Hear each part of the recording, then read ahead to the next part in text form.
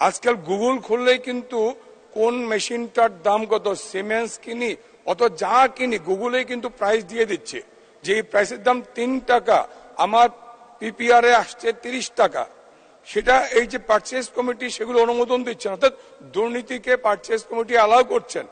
মাননীয় সদস্য জনাব হাফিজউদ্দিন আহমেদ, ঠাকুরগাঁ 3 অনুপস্থিত। মাননীয় সদস্য জনাব পঙ্কজনাথ, বরিশাল 4 2 মিনিট। মাননীয় স্পিকার, আপনাকে ধন্যবাদ। মাননীয় স্পিকার, আমি মাননীয় অর্থমন্ত্রীর যে অধিক বরাদ্দ চেয়েছেন তার ছাড়ের প্রস্তাব দিয়েছি। মূলত 2-3টি বিষয়ে আপনার মাধ্যমে মাননীয় অর্থমন্ত্রী এবং হাউসের দৃষ্টি আকর্ষণ করার জন্য। আর্থিক খাতের আমাদের এই মুহূর্তে বড় চ্যালেঞ্জ হচ্ছে মূল্যস্ফীতি। অতএব মূল্যস্ফীতি নিয়ন্ত্রণের জন্য কি কি উদ্যোগ মাননীয় অর্থমন্ত্রী নিয়েছেন বা নিতে পারছেন? সুদ হার বাড়ানো, এটি উদ্যোগ, কিন্তু এলসি করার ক্ষেত্রে একটু সরকার বা ব্যাংকগুলো সংযত আচরণ করেছে, লিমিট রেখেছে সত্য, কিন্তু আমি যদি মূল্যস্ফীতিকে চ্যালেঞ্জ মোকাবেলা করতে গেলে আমার প্রোডাকশন লাগবে, কর্মসংস্থান লাগবে, বেসরকারি সরকারি বিনিয়োগ লাগবে। আমি যদি ক্ষুদ্র মাঝারি ব্যবসায়ীদের লোন দেওয়া বন্ধ করে দিই, প্রোডাকশন ব্যাহত হয়, তাহলে উৎপাদন ব্যাহত হলে কর্মসংস্থান কমে যাবে। কাজেই আমার মূল্যস্ফীতি নিয়ন্ত্রণ করার ক্ষেত্রে আমার যেটা মনে হয়, এলসি খোলার ক্ষেত্রে যেই এখন একটু সংযত আচরণ করছেন, আর একটু বিবেচনা করে ওপেন করে দেওয়া দরকার। ব্যাংকিং খাতের শৃঙ্খলা, একটু আগেই মাননীয় বিদ্যুৎ চিফ বলে গেলেন যে প্রতিদিন পত্রিকা খুললেই কোনো না কোনো ব্যাংকের তহবিল তসরুপ নানা কথা আসছে। এই ক্ষেত্রে শৃঙ্খলা ফিরিয়ে আনা অবশ্যই জরুরি প্রয়োজন বলে আমি মনে করি। আরেকটি কথা মাননীয় স্পিকার, গতকালকে আলোচনায় এসেছে, মাননীয় সংসদ সদস্য তুলেছিলেন কালকে একটা ওয়ার্কশপে, যে পারচেজ কমিটিতে যেখানে মূলত অর্থমন্ত্রী মহোদয় প্রধান ভূমিকা পালন করেন, আজকাল গুগল খুললেই কিন্তু কোন মেশিনটার দাম কত, সিমেন্স কিনি অত যা কিনি গুগলেই কিন্তু প্রাইস দিয়ে দিচ্ছে, যে এই প্রাইসের দাম 3 টাকা, আমার পিপিআর এ আসছে 30 টাকা।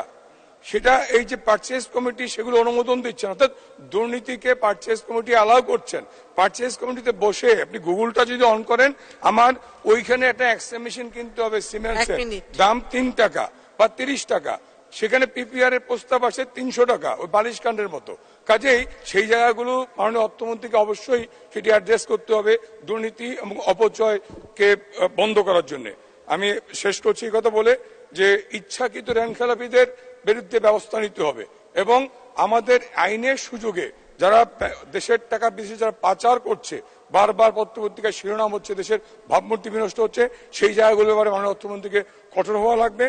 সর্বশেষ হচ্ছে আমাদের উপকূলীয় অঞ্চল, হাওর অঞ্চলে প্রতি বছর বন্যা, ঘূর্ণিঝড়, জলোচ্ছ্বাসে আমরা ক্ষতিগ্রস্ত হই। বার্ষিক উন্নয়ন কর্মসূচিতে উপকূলীয় অঞ্চলের জন্য, হাওর অঞ্চলের জন্য অধিকতর বরাদ্দ, বিশেষ প্রকল্প রাখার আমি দাবি জানাচ্ছি, এবং এই শর্তগুলো যাতে প্রতিপালন করেন তার প্রতিবাদ, সেই প্রোটেস্ট হিসাবে আমি তার বাজেট থেকে 500 টাকা হ্রাস করার প্রস্তাব করছি। মাননীয় স্পিকার, আপনাকে ধন্যবাদ। ধন্যবাদ মাননীয় সদস্য। আমি এখন মাননীয় অর্থমন্ত্রীকে ছাঁটাই প্রস্তাবগুলোর উপর তার বক্তব্য রাখার আহ্বান জানাচ্ছি।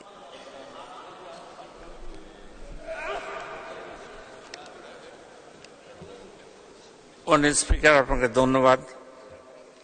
মাননীয় সদস্যবৃন্দ যারা বিভিন্ন ক্ষেত্রে তাদের ছাঁটাই প্রস্তাবগুলো উত্থাপন করেছেন, তাদেরকে ধন্যবাদ জানাচ্ছি, এবং বিভিন্ন অনিয়ম এবং যেসব কি বলে কার্যক্রমের উপরে তাদের যে মন্তব্য সেগুলো তারা করেছেন কিছুটা ঢালাওভাবে। যাই হোক, কিন্তু আমরা সর্বোচ্চ চেষ্টা করে যাচ্ছি, এবং যেদিন উত্থাপন করলাম সংসদে বাজেট বক্তৃতা, সেখানে আমরা বলেছি, এবং যারা একটু দায়িত্বশীলভাবে এই বাজেট প্রস্তাবের আলোচনা করেছেন তারা সবাই বলেছেন যে যথেষ্ট চেষ্টা করা হয়েছে, এবং অনেকটা সেই জন্যে আমরা এবারকার বাজেটে আপনারা দেখেছেন যে এই অনেক কম টাকা আমরা দিয়েছি, যাতে করে শুধু বড় করলেই তো হবে না, সেটা আবার বাস্তবায়ন করতে হবে। তো তাদের ছাঁটাই প্রস্তাবগুলো গ্রহণ করতে পারছি না বলে আমি দুঃখিত।